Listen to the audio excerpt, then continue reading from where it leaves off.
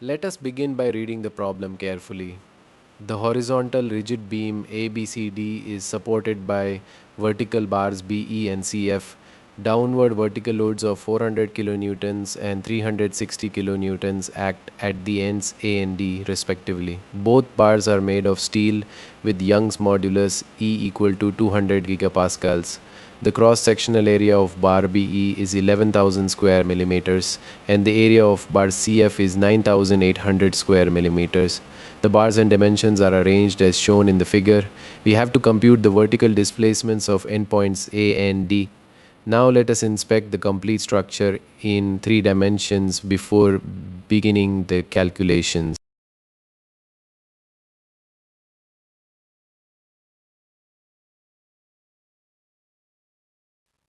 Let point B be our horizontal reference.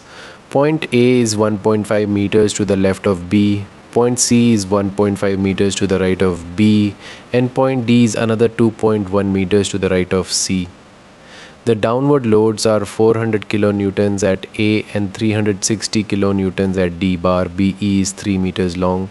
Because its lower support is 0.6 meters below support F, bar CF is 2.4 meters long.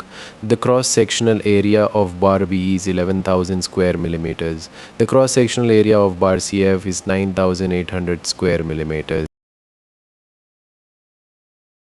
Before calculating state, the model beam ABCD is perfectly rigid, so it remains straight and its bending deformation is ignored. Both bars are straight, prismatic, concentrically loaded and carry axial force only.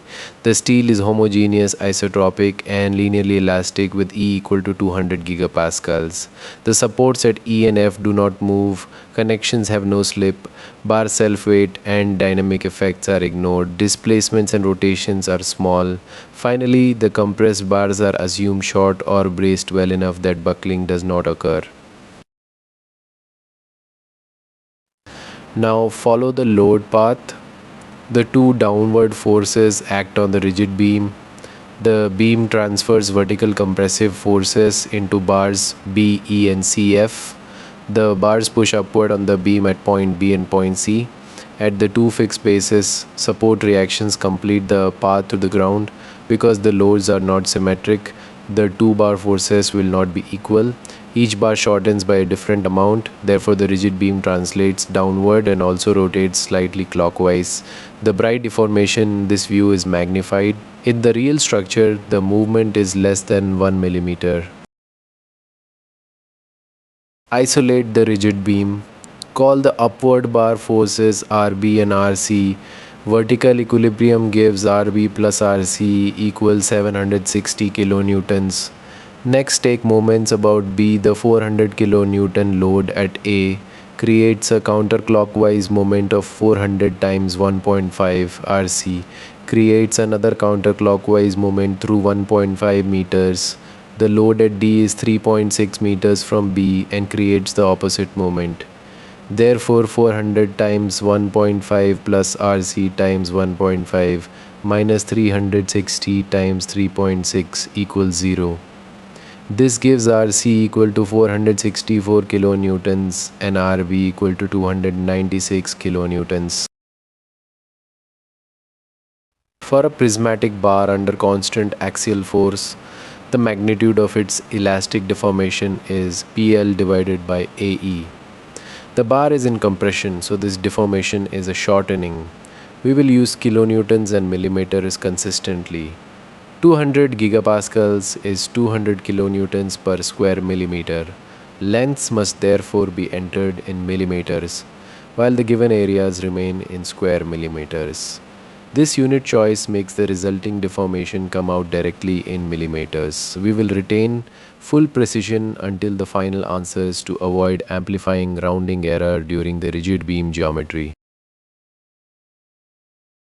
For bar BE, the compressive force is RB equal to 296 kilonewtons. Its length is 3000 millimeters. Its cross-sectional area is 11,000 square millimeters and E is 200 kilonewtons per square millimeter. Substituting into PL over AE gives 296 times 3000 divided by 11,000 times 200. The result is 0.4036 millimeters. Therefore, point B moves downward by 0.4036 millimeters. This is the first known displacement on our rigid beam. For bar CF, the compressive force is RC equal to 464 kilonewtons. The length is 2400 millimeters. The area is 9800 square millimeters and E remains 200 kilonewtons per square millimeter. Substitution gives 464 times 2400 divided by 9800 times 200. The shortening is 0.5682 millimeters. Point C therefore moves downward by 0.5682 millimeters. Since C moves farther than B, the beam rotates clockwise. The rigid beam cannot curve. Its displaced center line must remain a straight line. For small rotation, the slope equals the difference between the displacements at C and B divided by BC. Using downward displacement as positive, theta equals 0.5682 minus 0.4036 divided by 1500.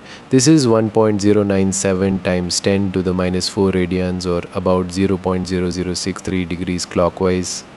Once this straight displacement line is known between B and C, we can extend it left to A and right to D. Point A is 1500 millimeters to the left of B.